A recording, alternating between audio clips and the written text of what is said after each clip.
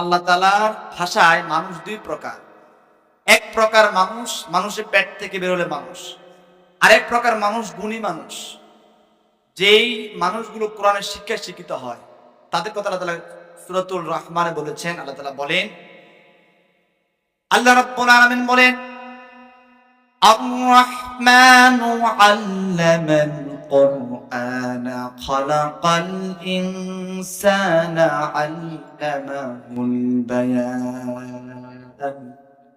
আল্লাহ রাব্বুল আলামিন বলেন, রহমান তো তিনি, যিনি মানুষদেরকে কোরআন শিক্ষা দিলেন। এরপরে খলাকাল ইনসান, মানুষ রূপে পরিণত করলেন। আল্লামাহুল বায়ান, এরপরে মানুষ থেকে বের হওয়ার পরে মানুষদেরকে ভাষা শিক্ষা দিলেন। তিনি আমার কে? আল্লাহ। একটু গভীর ভাবে মনোযোগ ভাইরা আমার, আল্লাহ তাআলা এখানে বলছেন আর রহমান, এরপরে বলেছেন আল্লামাল কোরআন, এরপরে বলছেন খলাকাল ইনসান। একটু গভীর ভাবে তাকান, একটু নিজের সুপ্ত মেধা, একটু ঘুমন্ত মেধাকে একটু জাগ্রত করে একটু তাকান। আল্লাহ তাআলা আমাদেরকে কি বুঝাচ্ছেন? তিনি বললেন, আমি মানুষ সৃষ্টি করার আগে তাকে আগে কোরআন শিক্ষা দিলাম, এরপরে মানুষ বানালাম। তার মানে আমরা বুঝতে পারি, মায়ের পেট থেকে বের হলে আপনি মুসলমান হিসেবে, আপনি মুমিন মুসলমান নামে মাত্র। আপনার মুসলমান মুমিন আপনি তখন হবেন যখন আপনি কোরআনের শিক্ষায় শিক্ষিত হবেন। কারণ এই পৃথিবীতে মুসলমান নামে কিছু মানুষ আছে যাদের চোখ আছে থাকার পরেও, সত্য দেখার পরেও দেখে না, মিথ্যার উপর আশ্রয় নেয়।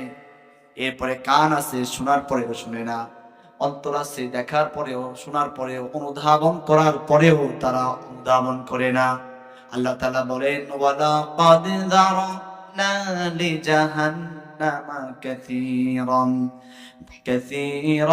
মিনাল জিন্নি ওয়াল ইনস লাহুম কুলুবুন লা ইয়াফকাহুনা বিহা ওয়া লাহুম আ'য়ুনুন লা ইউবসিরুনা বিহা ওয়া লাহুম আযানুন লা ইয়াসমাউনা বিহা উলাইকা কাল আনআমি বাল হুম আযাল উলাইকা হুমুল গাফিলুন। আল্লাহ তাআলা কেন জানে বুঝাচ্ছেন, মায়ের পেট থেকে মায়ের পেট থেকে বের হলে আপনি মুসলমান নামে মাত্র মুসলমান। কিন্তু আপনার ভিতর যদি আল্লাহর কোরআন না থাকে ভাইরা আমার, আপনি নামে মাত্র মুসলমান, কিন্তু আল্লাহর দপ্তরে যে মুসলমানের তালিকায়, ওই তালিকায় আপনার আমার নাম থাকবে না। ঠিক নয় কি? এজন্য প্রকৃত মুসলমান সেই যা শুনে তাই মানে। প্রকৃত মুসলমান আল্লাহ তাআলা বলেন, সামি'না ওয়া আতা'না গুফরানাকা রাব্বানা ইলাইহিল মাসির। আল্লাহ তাআলা বলেন, প্রকৃত মুসলমান তারা যারা শুনে এবং মানে, শোনার পরে যারা কোনো ধরনের প্রশ্ন উপস্থাপন ছাড়াই তারা বলে আল্লাহর পক্ষ থেকে আসছে, এটার মধ্যে কোনো সন্দেহ নাই, সংশয় নাই। তাহলে ভাইরা আমার, আমাদেরকে কোরআনের ছায়া তলে এসে জীবনটাকে অতিবাহিত করা দরকার আছে না নাই? এরপরে কোরআনের শৈল্পিক সৌন্দর্য হলো, এই কোরআনের কোন একটি শব্দ সাজাতে গিয়ে মহান রব একটু ভুল করে নাই। সুবহানাল্লাহ বলবেন না? কোরআনের আয়াত সাজাতে গিয়ে মহান রব ভুল করেন নাই। একটু একটা উদাহরণ পেলাম যে আর রহমান, এরপরে যদি আল্লাহ তাআলা বলতেন খলাকাল ইনসান আল্লামাল কোরআন, অর্থটা এতটা সমস্যা হতো না। কিন্তু মহান রব আগে বলছেন আল্লামাল কোরআন, এরপরে বলছেন খলাকাল ইনসান। কারণ মানুষের পরিণতি তখনই হবে যখন সে কোরআন অনুপাতে আমল করবে, চলবে। এরপরে ভাইরা আমার, এত সুন্দর কোরআন, একটু লক্ষ্য করে দেখেন, এই কোরআন আমার আপনার জন্য পারিবারিক জীবন, সামাজিক জীবন, রাজনৈতিক জীবন, প্রতিটা সেক্টরের জন্য খাপে খাপ মিলে যায়। একটু লক্ষ্য করে দেখেন। আমি আলোচনা একবারে প্রারম্ভে বলেছিলাম, কোরআনের প্রথম আয়াতটা হলো বিসমিল্লাহির রহমানির রহিম, আর সর্বশেষ আয়াতটা হলো মালিকি সর্বশেষ আয়াতটা হলো মিনাল জিন্নাতি ওয়ান নাস। সর্বশেষ আয়াতের সর্বশেষ বর্ণ হলো সিন, আর প্রথম আয়াতের প্রথম বর্ণ হলো বা। পায়ের সাথে সিন মিলান, অর্থ হলো বাস। অর্থ কি? বাস, জাস্ট এনা, মানে যথেষ্ট। একজন মানুষের ব্যক্তিগত জীবন, পারিবারিক জীবন, রাজনৈতিক জীবনকে চালানোর জন্য এই কোরআন যথেষ্ট। সুবহানাল্লাহ বলবেন না ভাই আমার? এরপরে কোরআনের আরেকটি শৈল্পিক সৌন্দর্য হলো আল্লাহ রাব্বুল আলামিন এই কোরআনের মধ্যে কত সুন্দর তথ্য লুকায়িত রেখেছেন। একটু লক্ষ্য করেন, এই কোরআনের মধ্যে আয়াত আছে ইন্নাল্লাহা সামিউন বাসীর, নিশ্চয় আল্লাহ তাআলা সব কিছু শুনেন, এরপরে সব কিছু দেখেন। এরপর আরেকটা আয়াত আছে ইন্নাল্লাহা আলিমুন খাবীর, আল্লাহ তাআলা সব কিছু সম্পর্কে জ্ঞান রাখেন, এরপরে সব কিছুর খবর রাখেন। আল্লাহ তাআলা যদি বলতেন ইন্নাল্লাহা বাসীরুন সামিঈ, অর্থের এতটা ব্যতিক্রম হতো না।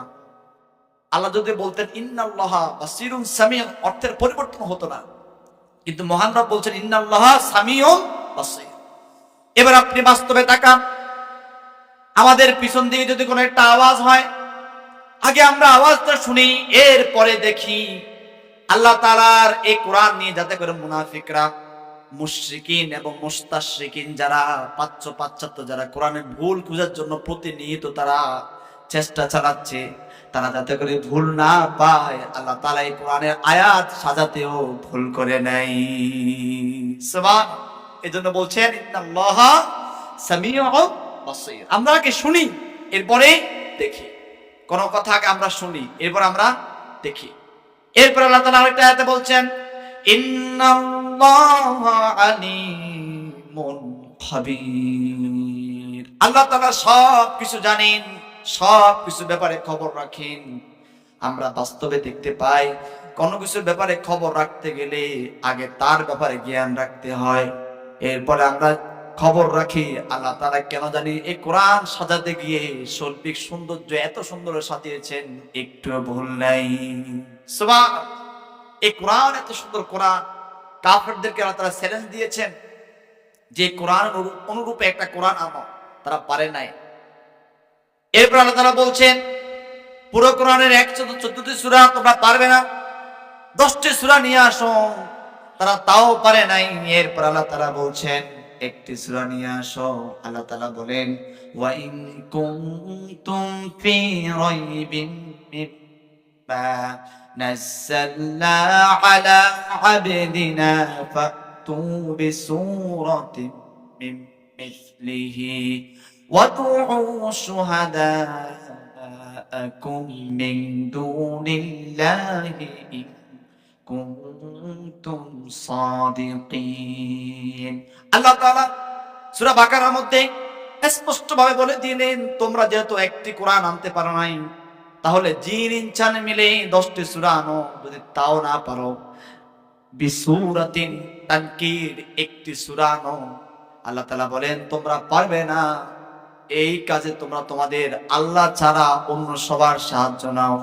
ইন কুনতুম সাদিকিন, যদি তোমরা সত্যবাদী হয়ে থাকো। এরপর আল্লাহ তাআলা বলছেন ফালান লান তাফআলু ওয়া লাম তাফআলু ফাত্তাকুন নারাল্লাতী ওয়াকুদুহান নাস ওয়াল হিজারা।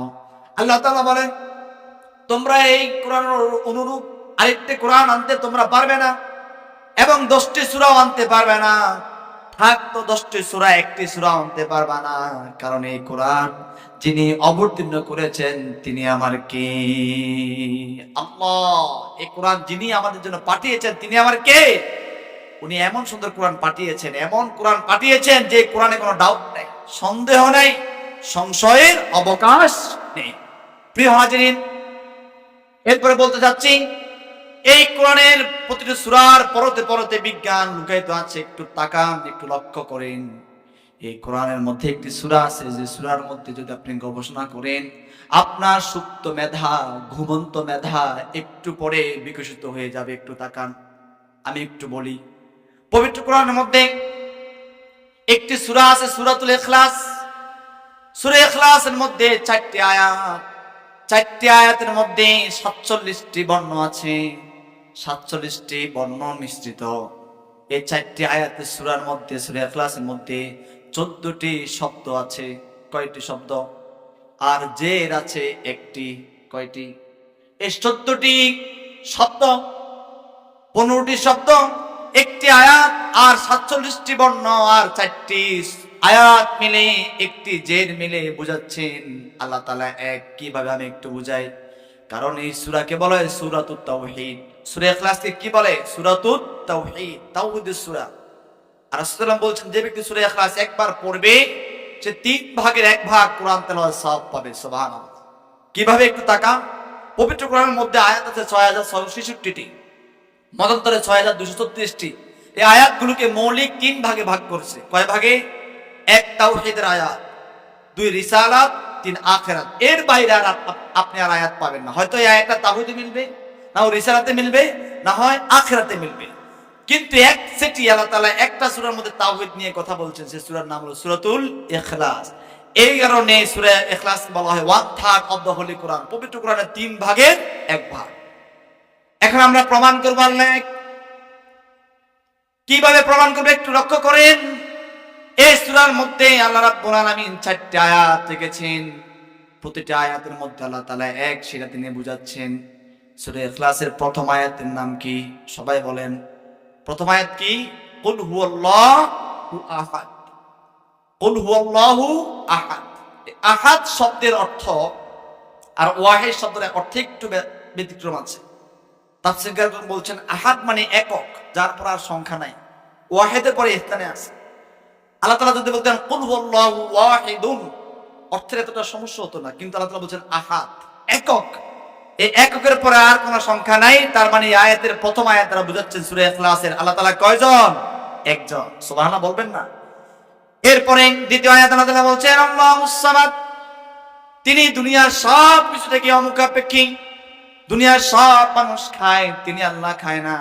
দুনিয়ার সব মানুষ ঘুমায়, তিনি আল্লাহ ঘুমায় না। দুনিয়ার সব মানুষের অভাব অনটন আছে, ওনার অভাব নাই। চিৎকার করে বলেন তিনি আমার কি? আল্লাহুস সামাদ। পবিত্র কোরআনে আলিফ লাম সদ মিম দাল অথবা সদ মিম দাল, এই দুইটা বর্ণ দিয়ে আপনি সার্চ করে দেখবেন আর কোথাও নাই, এক জায়গায় আছে, সেটা হলো সূরাতুল ইখলাস। কয় জায়গায় আছে? এক জায়গায়। তাহলে দ্বিতীয় আয়াত দ্বারা বুঝাচ্ছে আল্লাহ কয়জন? একজন। এরপরে তৃতীয় আয়াতে আসেন লাম ইয়ালিদ ওয়া লাম ইউলাদ, তিনি কাউকে জন্ম দেন নাই, আবার তিনি কারো থেকে জন্মগ্রহণ করেন নাই। তার মানে আল্লাহ তাআলার বাবা নাই, আল্লাহ তাআলার মা নাই, আল্লাহ তাআলার স্ত্রী পরিবার পরিজন নাই। তিনি হলেন একজন। তিনি আমার কে? গভীরভাবে তাকান। ইয়ালিদ শব্দটি পবিত্র কোরআনে ইয়া লাম দাল এই অর্থে পবিত্র কোরআনে একবার আসছে। তার মানে তৃতীয় আয়াত দ্বারা সূরা ইখলাস আমরা বুঝতে পারি আল্লাহ কয়জন? একজন। ইউলাদও একবার আসছে। সুবহানাল্লাহ বলবেন না? এরপরে সর্বশেষ আয়াত আল্লাহ তাআলা বলছেন ওয়ালাম ইয়াকুন লাহু কুফুয়ান আহাদ। কুফুয়ান অর্থ সমকক্ষ। সমকক্ষ অর্থ হিসাবে পবিত্র কোরআনে একবারে আসছে, সেটা সূরা ইখলাসের মধ্যে। তার মানে আল্লাহ তাআলা বুঝাচ্ছেন আমি এক, আমার ছাড়া, আমি ছাড়া আর কোন উপাস্য মাবুদ তোমাদের নাই। সুবহান। আরো মজার ব্যাপার একটু তাকান। সূরা ইখলাসের প্রথম আয়াতের শেষে আছে আহাদ, আবার শেষ আয়াতের একেবারে শেষে আছে কুফুয়ান আহাদ। তার মানে আল্লাহ তাআলা বুঝাচ্ছেন আমি আল্লাহ শুরু, আমি আল্লাহ শেষ। আয়াতে আছে হুয়াল আউয়াল ওয়াল আখিরু ওয়াল যাহিরু ওয়াল বাতিন, তিনি আল্লাহ শুরু, তিনি আল্লাহ শেষ। দুনিয়ার সব কিছু ধ্বংস হয়ে যাবে, সব কিছু নশ্বর, কিন্তু আমার আপনার রব আল্লাহ তাআলা অবিনশ্বর। সুবহান। তিনি আমাদের কে? আল্লাহ। সব কিছু ধ্বংস হয়ে যাবে। আল্লাহ তাআলা বলেন কুল্লু মান আলাইহা ফানি ওয়া ইয়াবকা ওয়াজহু রাব্বিকা যুল জালালি ওয়াল ইকরাম ফাবিআইয়ি আলাই রাব্বিকুমা তুকাযযিবান। আল্লাহ তাআলা বলেন এই দুনিয়ার সব কিছু ফান হয়ে যাবে একদিন। একবারে 7 আসমান 7 জমিন তছনছ করে থরথর করে কেঁপে একবারে কম্পনে প্রকম্পিত হয়ে সবকিছু শেষ হয়ে যাবে। আল্লাহ তাআলা বলেন আমার শেষ নাই, আমার ধ্বংস নাই, আমি আল্লাহ হলাম অবিনশ্বর, আমার শেষ নাই। সুবহানাল্লাহ। কুল্লু শাইইন হালিকুন ইল্লা ওয়াজহা, আল্লাহ ছাড়া সবকিছু ধ্বংস হবে। তাহলে এই সূরা ইখলাসের প্রথম আয়াতের মধ্যে আছে আহাদ, শেষও আছে আহাদ, মানে এক এক। তার মানে বুঝাচ্ছে তিনি শুরু, তিনি শেষ, তিনি ছিলেন, তিনি থাকবেন, তিনি আমাদের কে। এরপর আরেকটু মজার ব্যাপার দেখেন, আয়াতের 3 নাম্বার, সূরা 3 নাম্বার আয়াতে আল্লাহ তাআলা বলছেন লাম ইয়ালিদ ওয়া লাম ইউলাদ। আমি বলছিলাম সূরা ইখলাসের মধ্যে আয়াত 3-4টা, তার মধ্যে একটা হলো জের। জের কয়টা? একটা। একটা জের কেন? একটা জের দ্বারা বোঝাচ্ছে আল্লাহ একজন। আল্লাহ কয়জন? একজন। আরো মজার ব্যাপার হলো এই জেরের ঠিক আগে এবং পরে 7টা করে 14টা শব্দ আছে। এই জেরের ঠিক আগে এবং পরে 23টা করে 46টা বর্ণ আছে। এখন প্রশ্ন হতে পারে জেরের ঠিক আগে 7টা করে শব্দ, জেরের ঠিক আগে 23টা করে বর্ণ, ঠিক পরে 23টা বর্ণ, আবার ঠিক পরে 7টা শব্দ কেন? বিজ্ঞানীরা গবেষণা করে দেখতে পেলেন যেটা এমন একটা শব্দের মধ্যে আছে, সেটা হলো ইয়ালিদ, মানে জন্ম নিয়ে। জেরের আগে 7টা শব্দ। বিজ্ঞানীরা বলছেন মানুষে পরিণত হতে গেলে, মানুষের রূপ নিতে গেলে তাকে 7টা স্টেপ অতিক্রম করতে হয়। সুবহানাল্লাহ। কয়টা স্টেপ? 7টা। ওয়ালাকাদ খালাকনাল ইনসানা মিন সুলালাতিন মিন তিন সুম্মা জাআলনাহু নুতফাতান ফি ক্বরারিন মাকিন ثم خلقنا النطفة علقة فخلقنا العلقة مضغة فخلقنا المضغة عظاما فكسونا العظام لحما ثم أنشأناه خلقا آخر فتبارك الله أحسن الخالقين। মহান রব সূরাতুল মুমিনের মধ্যে বলেছেন, একেবারে শুরুতে তিনি বলছেন মানুষের রূপ নিতে গেলে তাকে 7টা স্টেপ অতিক্রম করতে হয়। এই 7টা স্টেপের সাথে আমার আপনার রব আল্লাহ তাআলার কোনো সম্পর্ক নাই, সব কিছু থেকে তিনি ঊর্ধ্বে, তিনি আমার কে। আল্লাহু আকবার। এরপরে জেরের ঠিক আগে এবং পরে 23টা করে 46টা বর্ণ কেন? যারা মনোবিজ্ঞানী মানব নিয়ে গবেষণা করেন তারা বলছেন মানুষে পরিণত হতে গেলে 23 জোড়া ক্রোমোজোম লাগে। 1 জোড়া হলেও বিকলাঙ্গ হবে। আমার আল্লাহর সাথে, আমাদের রবের সাথে 23 জোড়ার 1 জোড়ার সম্পর্ক নাই, সব কিছু থেকে তিনি ঊর্ধ্বে। তার মানে তিনি এক, তিনি আমার কে। আল্লাহু আকবার বলেন। তিনি আমাদের কে? আল্লাহ। এই কোরআন এত সুন্দর তিনি সাজিয়েছেন, শৈল্পিক সৌন্দর্যের কোনো অভাব নেই। প্রিয় হাজিরিন, আমি আর কথা বলবো না। আমাদের প্রিয় মুহতারাম উপস্থিত হয়ে গিয়েছেন, আমি ওনাকে এখনই দিয়ে দেব। আল্লাহ তাআলা আমাদেরকে কোরআনের রঙে রঙিন হওয়ার তৌফিক দান করুন, এই আশা ব্যক্ত করে আমি আমার আলোচনা এখানে শেষ করলাম। হাদা মা ইনদি ওয়াল ইলমু ইনদাল্লাহি আলাইহি তাওয়াক্কালতু ওয়া ইলাইহি উনীব। আসসালামু আলাইকুম ওয়া রাহমাতুল্লাহি ওয়া বারাকাতুহু।